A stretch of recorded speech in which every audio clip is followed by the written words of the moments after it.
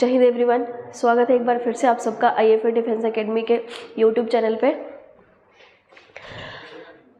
आज हम डिस्कस करेंगे फिर से previous year questions, parts of speech. ठीक है, पिछले वीडियो में भी हमने पार्ट्स ऑफ स्पीच पे बेस्ड क्वेश्चंस डिस्कस किए थे। आज फिर से प्रीवियस ईयर क्वेश्चन उसी सेक्शन पे डिस्कस करेंगे कुछ और कॉन्सेप्ट्स के साथ।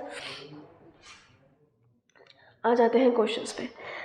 फर्स्ट क्वेश्चन है I like that boy. I like that boy. अब देखो इस तरह से, और मैंने आपको ऑलरेडी बोला है कि डायरेक्शंस एक बार ज़रूर पढ़ लो। हेडिंग जब ये सेक्शन का होता है, कभी वर्ड क्लास करके आता है, कभी पार्ट्स ऑफ स्पीच करके आता है ना। तो आप एक बार डायरेक्शंस पढ़ो और फिर देखो कि क्या पूछा गया है। अब फिर से दैट को अंडरलाइन किया है, दैट को अंडरलाइन किया है और आपको इसी का पार्ट्स ऑफ स्पीच बताना है। I like that boy. अब अगर आप यहाँ आंसर्स देखोगे बेसिकली, तो ये जो दिस, दैट, दीज, दोस, ये बेसिकली अगर इनके साथ डेमोस्ट्रेटिव वर्ड यूज हुआ हो तो या तो ये आंसर में होते हैं डेमोस्ट्रेटिव प्रोनाउन या डेमोस्ट्रेटिव एडजेक्टिव।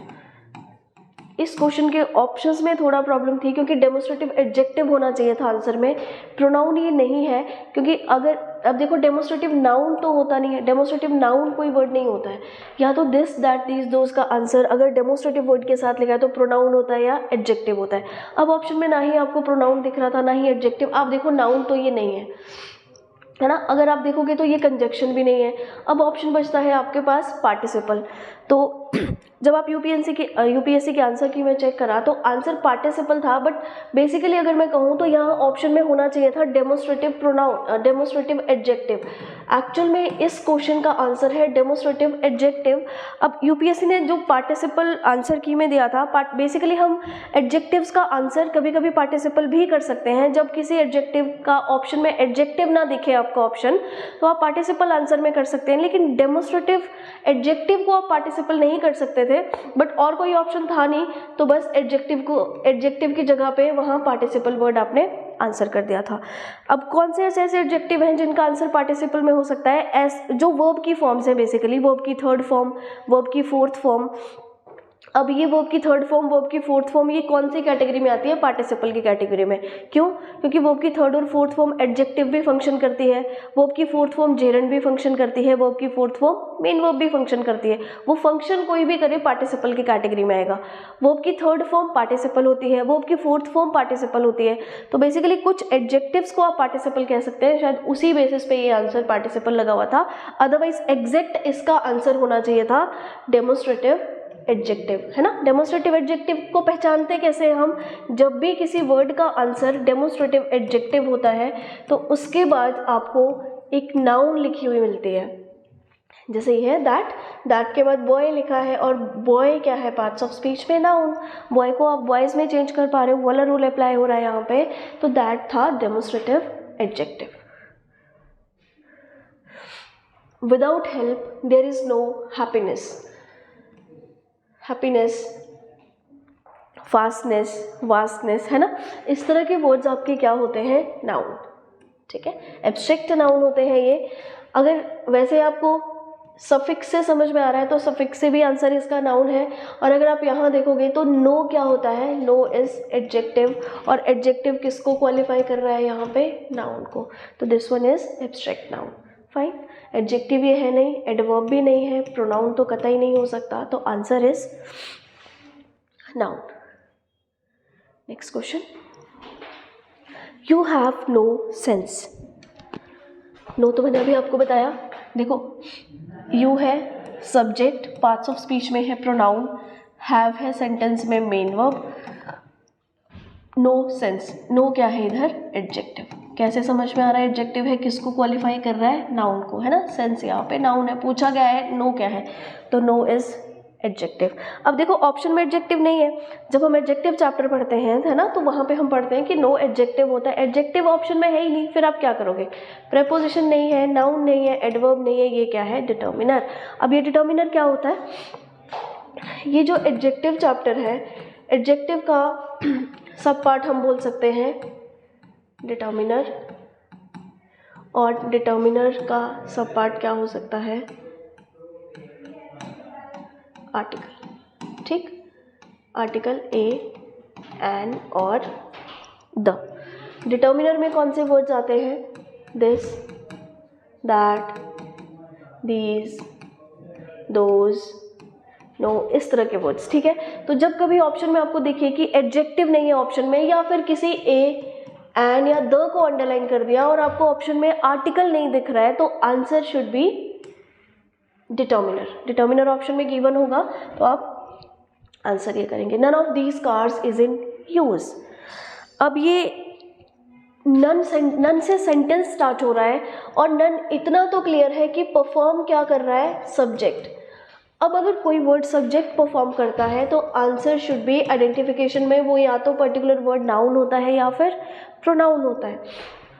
नाउन की तो कोई कंडीशन अप्लाई नहीं हो रही है, ना तो ये नेमिंग वर्ड है, ना ही आप नन को एस ऐड करके प्लूरल में चेंज कर सकते हैं, और ना ही कोई आर्टिकल है इसके पहले जिसके लिए ये आ रखा हो। इट मीन्स ये नाउन तो नहीं है। अब नन आंसर में क्या है? प्रोनाउन है ना, सब्जेक्ट है और ये रही इसकी सिंगुलर वर्ब। अब देखना ये था कि ये कौन सा प्रोनाउन है, इसके लिए आपको फिर टाइप्स आनी चाहिए बहुत अच्छे से। रिफ्लेक्सिव प्रोनाउन में सेल्फ वाले वर्ड आते हैं, तो ये तो गया ऑप्शन से। डेमोस्ट्रेटिव प्रोनाउन मैंने अभी आपको डिस्कस किया, दिस, दैट, दीज और दोस, ये वर्ड्स आपके डेमोस्ट्रेटिव प्रोनाउन में आते हैं, ये भी गया। बच गया डिस्ट्रीब्यूटिव और इंडेफिनिट। ठीक, इंडेफिनिट प्रोनाउन में कौन से वर्ड्स आते हैं? जो डेफिनेट नहीं है, जिनमें आपको डेफिनेट नंबर्स नहीं पता होते, like somebody, everybody, someone, everyone, इस तरह के वर्ड्स, एवरीथिंग, समथिंग। और डिस्ट्रीब्यूटिव में ऐसे प्रोनाउन जिनमें आप डिस्ट्रीब्यूशन में बात करते हैं, है ना। एक तो मुझे बोलना है ऑल आर इंटेलिजेंट, अब मुझे ऑल नहीं बोलना है, प्लूरल नहीं बोलना है, डिस्ट्रीब्यूशन में सेंटेंस को बोलना है, प्रत्येक मतलब हर एक करके।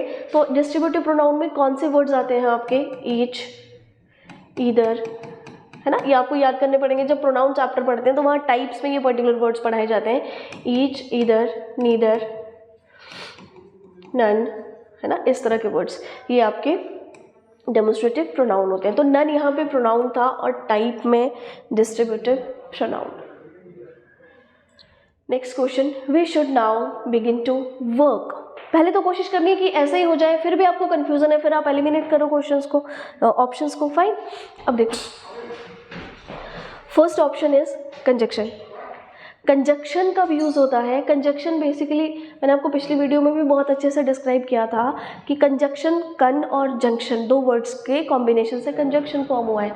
मतलब ये कंजक्ट करने का काम करता है। जब भी कंजक्शन जैसा कोई वर्ड आता है, दो सेंटेंसेस को, दो फ्रेजेस को, दो वर्ड्स को, तो यहाँ तो ऐसा कुछ नहीं हो रहा है। प्रोनाउन ये है नहीं। प्रोनाउन में किस तरह के वर्ड्स आते हैं? जब आप नाउन आपको नहीं बोलना है, नाउन सेंटेंस में नहीं लिखना है, तो आप नाउन को रिप्लेस करके प्रोनाउन लिख सकते हैं। फॉर एग्जांपल, जैसे मुझे किसी का नाम नहीं याद आ रहा है, मैंने ही बोल दिया। मुझे क्लास में सारे बच्चों के नाम नहीं बोलने हैं, तो मैंने यू बोल दिया, एवरीवन बोल दिया, एवरीथिंग, है ना। क्लासरूम में रखी हुई सारी चीज़ें मुझे नहीं बोलनी, मैंने एवरीथिंग बोल दिया, हु बोल दिया। इस तरह के सारे वर्ड्स क्या होते हैं? प्रोनाउन, जो रिप्लेस कर रहे होते हैं किसी नाउन को। ऐसा भी आपको कुछ नहीं लग रहा है कि ये रिप्लेस कर रहा है, टाइम डिनोटिंग वर्ड दिख रहा है आपको, ठीक है। एडवर्ब और एडजेक्टिव। एडजेक्टिव सेंटेंस में किसके लिए यूज़ होते हैं? नाउन और प्रोनाउन के बारे में कुछ बताने के लिए, है ना। Quality, disquality, shape, size, colour, number, या फिर स्टेट ऑफ सब्जेक्ट, सब्जेक्ट के बारे में इंफॉर्मेशन देने के लिए। एक ही ऑप्शन बच रहा है आपके पास, एडवर्ब। क्यों है अभी ये एडवर्ब? एलिमिनेट करके भी हो गया क्वेश्चन। ये एडवर्ब इसलिए है, ये क्वालिफाई किसको कर रहा है? बिगिन को। और बिगिन क्या है सेंटेंस में? Main verb. और मेन वर्ब को क्वालिफाई कौन करता है? ऊपर से ये एक्शन वर्ब भी है आपके पास। फाइन, एक्शन वर्ब्स को कौन क्वालिफाई करता है? सिर्फ और सिर्फ एडवर्ब। फॉर एग्जाम्पल मैं यहाँ पे लिख दूँ, ही स्पीक्स स्लोली, तो ये स्पीक्स यहाँ पे क्या है? एडवर्ब। फाइन, और स्लोली वर्ड इसको क्वालिफाई करने के लिए आया, तो स्लोली आंसर में फिर से क्या है? एडवर्ब। ठीक है, सॉरी, स्पीक्स यहाँ एडवर्ब नहीं, स्पीक्स यहाँ पे मेन वर्ब है, एक्शन वर्ब है। ठीक, एक्शन वर्ब को क्वालिफाई कौन करता है? एडवर्ब्स। तो यहाँ पे बिगिन क्या था? Action verb. नाउ इसको क्वालिफाई कर रहा है, तो नाउ है यहाँ पे adverb, adverb of time. Owing to his ill health, he retired from business. Owing to, अब देखो, owing to his health, participle, determiner, conjunction, preposition. ठीक, डिटर्मिनर अभी मैंने आपको एक्सप्लेन किया कि A and the, this, that, these, those, इस तरह के वर्ड्स थे, तो ये तो नहीं होगा ऑप्शन। पार्टिसिपल की बात करें तो पार्टिसिपल में भी कहीं ना कहीं V1, V2 या इस तरह की पार्टिसिपल में आपकी V3, V4 या इस तरह की फॉर्म्स आती हैं, हैविंग प्लस V3, तो ये पार्टिसिपल भी नहीं है। फिर इधर देखते हैं कंजक्शन और प्रीपोजिशन, दोनों में से कोई एक आंसर होगा। अब कंजक्शन क्या होता है? जो कंजक्ट करता है दो सेंटेंसेस को। प्रीपोजिशन क्या होता है? जिसके बाद ऑब्जेक्ट लिखे होते हैं। प्रीपोजिशन मीन्स प्रीपोजिशन, जो नाउन या प्रोनाउन की प्रीपोजिशन पे लिखा होता है वो प्रीपोजिशन होता है। कंजक्शन कंजक्ट करने का काम करता है। ठीक, जैसे मैं एक सेंटेंस लिखूं, since I was ill I couldn't come, है ना। और एक मैं लिख दूं, I have been teaching since morning.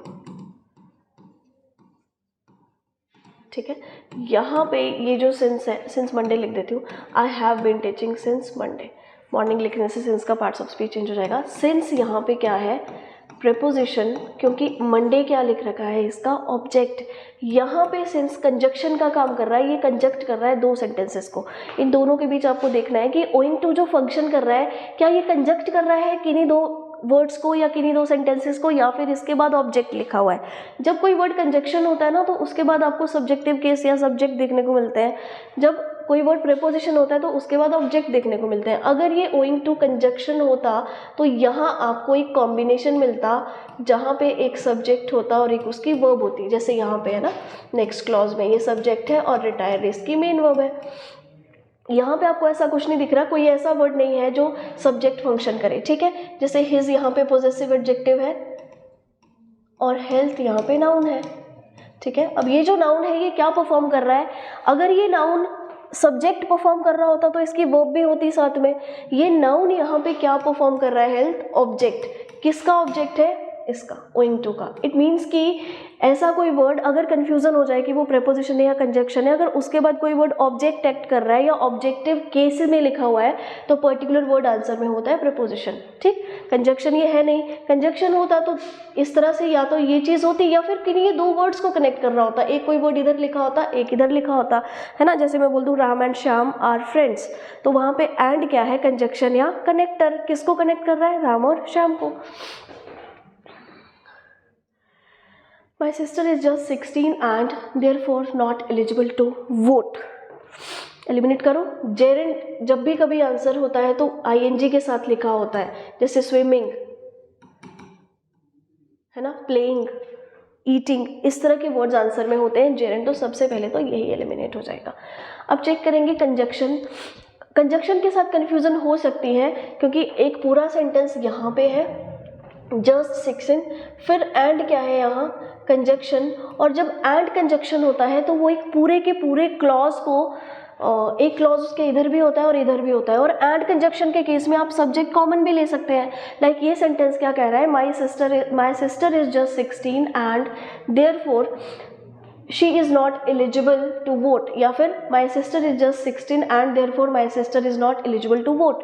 My sister आपको बार बार नहीं लिखना है, आपने एंड के केस में आप सब्जेक्ट को कॉमन ले सकते हैं, आपने ले लिया है। इट मीन्स कि एक पूरा क्लॉज यहाँ पे है। कंप्लीट क्लॉज क्या होता है? जहाँ पे सब्जेक्ट वर्ब कॉम्बिनेशन होता है। एक पूरा क्लॉज यहाँ पे है ना। और कंजक्शन क्या है? एंड। फिर देयरफॉर क्या है? एग्जामिनर अगर एंड पूछता, आंसर आप कंजक्शन लिखते। यहाँ पे देयरफॉर का आंसर होगा, देखो जेरेंट तो नहीं है, एडजेक्टिव ये है नहीं, क्योंकि एडजेक्टिव अगर होता तो ये किसी नाउन या प्रोनाउन के बारे में कुछ बता रहा होता, है ना, तो ये एडजेक्टिव भी नहीं है। अब कंफ्यूजन थी यहाँ पे कि या तो ये कंजक्शन है या फिर एडवर्ब है। अब ये कंजक्शन क्यों नहीं है? ये एडवर्ब है यहाँ पे और ये क्वालिफाई कर रहा है पूरे क्लॉज को। इस क्वेश्चन का आंसर है एडवर्ब। अगर आप पिछला वीडियो देखेंगे, पिछले वीडियो में मैंने जो पुराने वाले, इससे पहले वाला जो वीडियो है जहाँ पे मैंने आपको PYQs कराए हैं, वहाँ पे 2 क्वेश्चन ऐसे थे जिनका आंसर एडवर्ब था। और किस कॉन्सेप्ट के बेसिस पे था? कि वो पर्टिकुलर एडवर्ब एक पूरे क्लॉज को क्वालिफाई करने के लिए आ रहा था। एक वर्ड में भी बिसाइड था, प्रीवियस ईयर क्वेश्चन ही है वो भी, और बिसाइड या बिसाइड्स में से कुछ एक था, और एक वर्ड आपके पास अदरवाइज था। और दोनों का ही आंसर क्या था?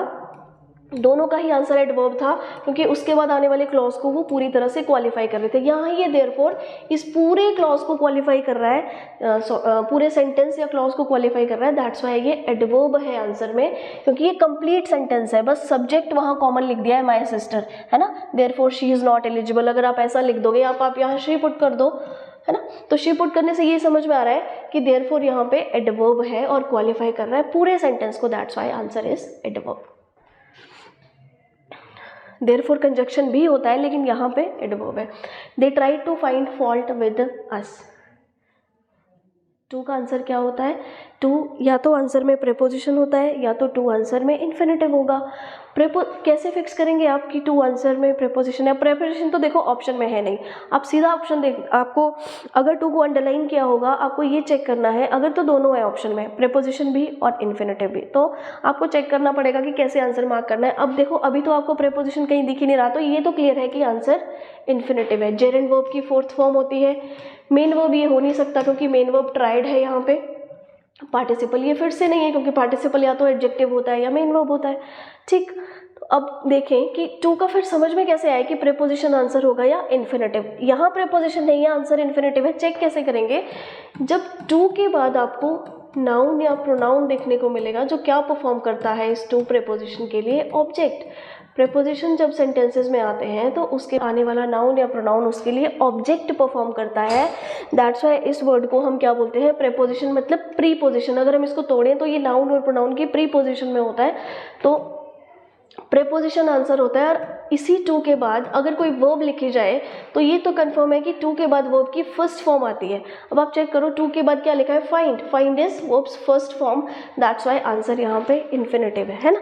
आई am going to school, to school में टू के बाद स्कूल क्या है, नाउन, तो टू आंसर में प्रेपोजिशन हो जाएगा। और मैं बोल दूँ I am going to teach you, तो टू के बाद जब आप कह रहे हो I am going to teach you, teach क्या है वर्ब का फर्स्ट फॉर्म, तो टू टीच यू वाले सेंटेंस में टू क्या होगा आंसर में, इन्फिनेटिव।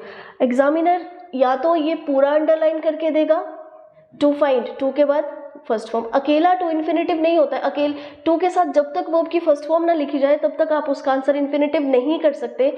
बस ये आपको कंफ्यूज करने के लिए सिंगल वर्ड को अंडरलाइन किया गया था, क्योंकि टू सिंगल में प्रेपोजिशन भी होता है आंसर में। नेक्स्ट देखते हैं, which way shall we go. Noun, gerund, adjective, conjunction. सबसे पहले तो ये एलिमिनेट होगा, वर्ब की फोर्थ फॉर्म चाहिए होती है। एडजेक्टिव, कंजक्शन, कंजक्शन एलिमिनेट हो जाएगा, क्योंकि ये ना कनेक्टर नहीं है, ना ही ये किसी क्लॉजेस को या वर्ड्स को कनेक्ट कर रहा है, एडजेक्टिव या फिर नाउन। अब विच क्या है, इंटेरोगेटिव, इंटेरोगेटिव एडजेक्टिव या फिर प्रोनाउन। विच यहाँ एडजेक्टिव है, कैसे समझ में आ रहा है, क्योंकि क्वालिफाई कर रहा है वे को, और वे आंसर में क्या है, नाउन। अब ये कैसे समझ में आया कि वे नाउन है, आप वे के साथ जब एस पुट कर रहे हो तो वेज में चेंज हो रहा है प्लूरल में, और ऐसा वर्ड जो एस पुट करके प्लूरल में चेंज हो जाए आंसर में नाउन होता है। नाउन को क्वालिफाई करने के लिए एडजेक्टिव्स आते हैं, that's why answer is adjective. अगर थोड़ा और टफ कर देता तो आपको पूछता कि बताओ ये इंटेरोगेटिव एडजेक्टिव है या फिर इंटेरोगेटिव प्रोनाउन है, तो ये इंटेरोगेटिव एडजेक्टिव है। इंटेरोगेटिव प्रोनाउन कब होता है, जब सेंटेंस में विच जैसा वर्ड, वेयर जैसा वर्ड क्या करता है, सब्जेक्ट परफॉर्म करता है, ऑब्जेक्ट परफॉर्म करता है, उस केस में आंसर प्रोनाउन हो जाता है। The last question is alas she is dead. अब इसमें तो कुछ था ही नहीं, क्या लिखा है, सिंबल ऑफ एक्सक्लेमेशन। अब सिंबल ऑफ एक्सक्लेमेशन है तो आंसर इज इंटरजेक्शन। क्या होते हैं ये इंटरजेक्शंस, सेंटेंस में जब आप अपनी फीलिंग्स को एक्सप्रेस करने के लिए, जब मैं आपसे बात कर रही हूँ, मेरे को खुशी हो रही है, दुख हो रहा है, तो आपको मेरी शक्ल से समझ में आ रहा है खुशी हो रही है, दुख हो रहा है, सरप्राइज हो रही हूँ। लेकिन जब आप लिखते हो तो लिखोगे कैसे, अभी तो आप इमोजीज में लिख लेते होंगे, वैसे कैसे लिखते हैं, लेटर्स में आप लिखना है, फॉर्मल लेटर लिखना है, किसी को इमोजी थोड़ी बनाएंगे, क्या करेंगे, इंटरजेक्शंस लिखेंगे, ठीक है। अलास, अलास कौन क्या शो करता है, दुख, हुर्रे, वाओ, सरप्राइज के लिए बोलते हैं ओ गॉड, ओ माय गॉड, है ना। तो ये सारे वर्ड्स के होते हैं इंटरजेक्शन, ठीक। एक क्वेश्चन तो आपको ऐसा आता ही है जिसका आंसर इंटरजेक्शन होता है, और पहचानना बहुत इजी होता है, सिंबल ऑफ एक्सक्लेमेशन के साथ लिखा होता है। एक और चीज़ बता दूं बस, जैसे मैं लिख दूं व्हाट अ ब्यूटी, अब यहाँ पे ब्यूटी के बाद ये लगा दिया, ये भी प्रीवियस पेपर का ही कोई क्वेश्चन है, ब्यूटी के बाद यहाँ सिंबल ऑफ एक्सक्लेमेशन लगा दिया, तो इसका मतलब ये नहीं है कि ब्यूटी इंटरजेक्शन हो जाएगा, ब्यूटी तो नाउन है, क्योंकि ए आर्टिकल है और ये इसके लिए एब्स्ट्रैक्ट नाउन है, तो यहाँ पे इंटरजेक्शन ये वाला वर्ड होता है। वहाँ पे व्हाट को अंडरलाइन किया था, सेंटेंस इस तरह से खत्म हुआ था, तो व्हाट का आंसर होना था इंटरजेक्शन। ठीक, कुछ और क्वेश्चन के साथ अब नेक्स्ट सेशन में मिलेंगे, तब तक के लिए थैंक यू, जय हिंद।